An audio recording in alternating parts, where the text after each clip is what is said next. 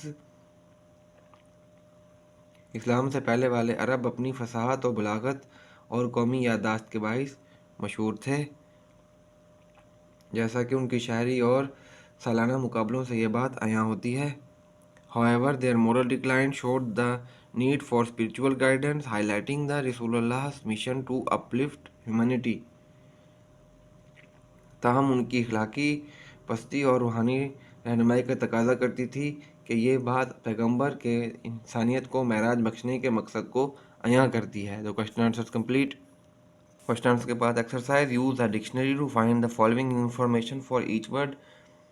ہر الفاظ کے لیے درج معلومات کو تلاش کریں اور ایک لغت کا استعمال کریں۔ امیجینیشن کہتے ہیں تصورات کو، اس کی پروننسیشن مطلب پڑھنے کا طریقہ، امیجینیشن۔